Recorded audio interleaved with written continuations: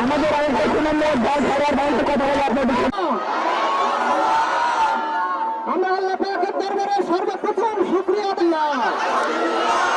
আল্লাহ পাক যে আজকে আমাদেরকে এই বিজয় দিয়েছেন, আপনারা কেউ বিশৃঙ্খলা করবেন না।